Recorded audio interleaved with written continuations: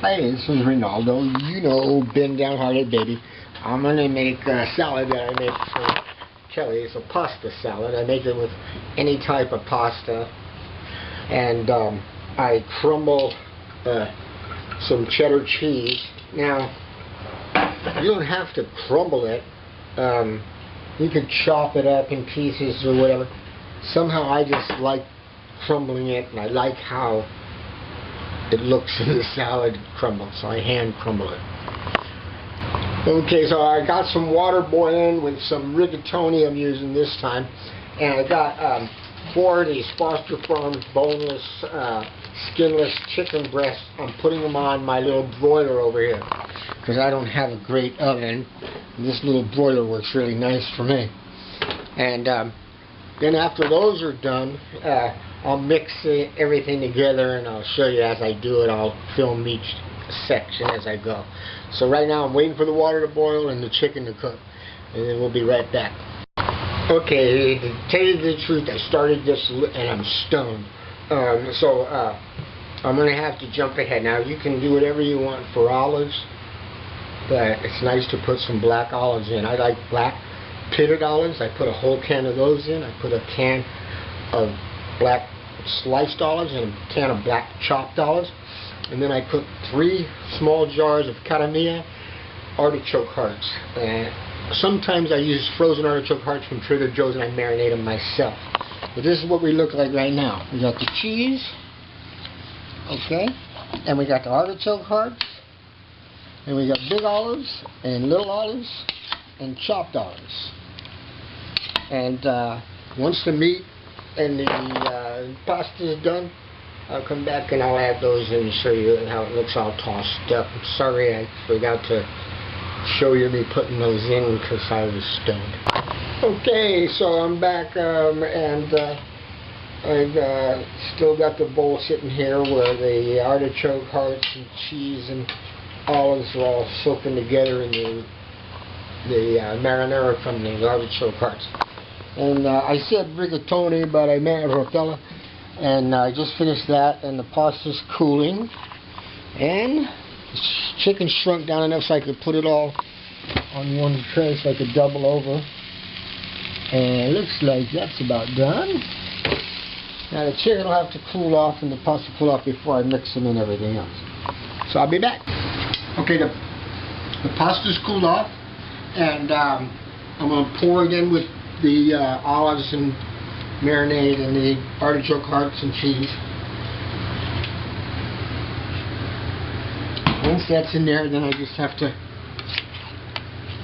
carefully fold it a while until it's all thoroughly mixed well. And then as soon as the chicken's cooled off, I'll come back and we'll add the chicken, and you can see. Now my daughter puts broccoli in here, steamed broccoli. Gives it a little different color. You could put maybe red pepper, something like that, I guess. Just about anything. It's just a meal in itself, really. Well, it's a nice side dish, but you can put a lot of different stuff in it. I'll be back with the chicken and the finished product. It's yummy. Now the chicken's done, and I'm going to start to I'm going to cut it up in big chunks so that it'll cool faster. But actually, I used to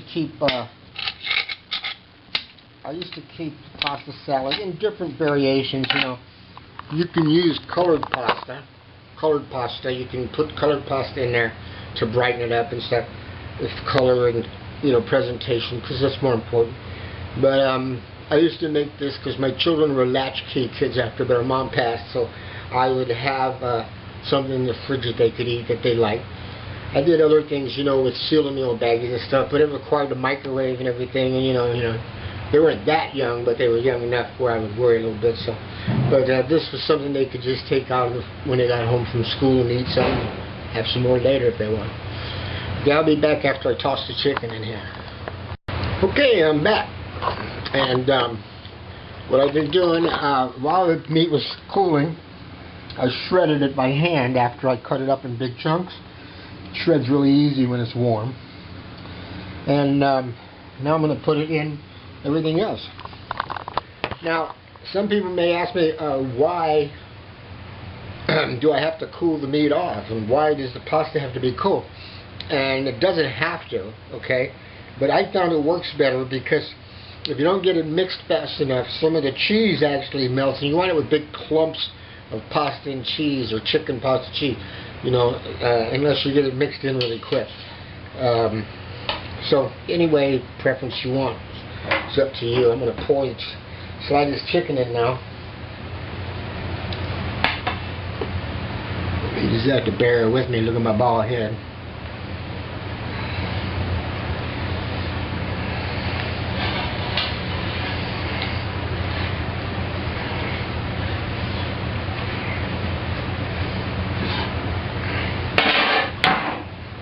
Okay, NutCheese is gone off right now, so I'm going to show you right there.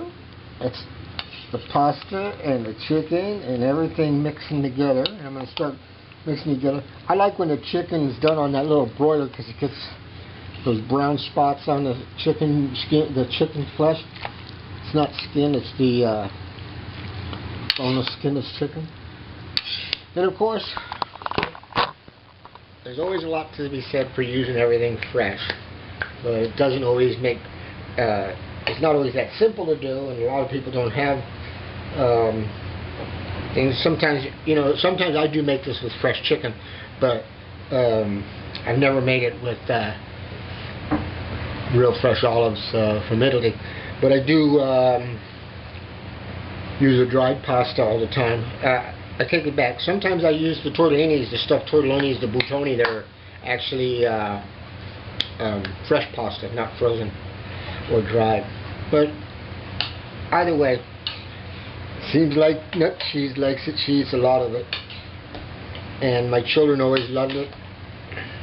And it's something you can make a big bowl of and have around. Put it in different containers and store it in the fridge. It's perfectly fine cold right out of the fridge. Okay? NutCheese is sneaking out. Do you like my pasta salad? It's very good. Okay, I did leave out one thing. Again, you can make your own.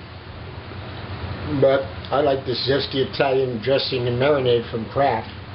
And I put it on generously when I'm done, and then I stir it all up.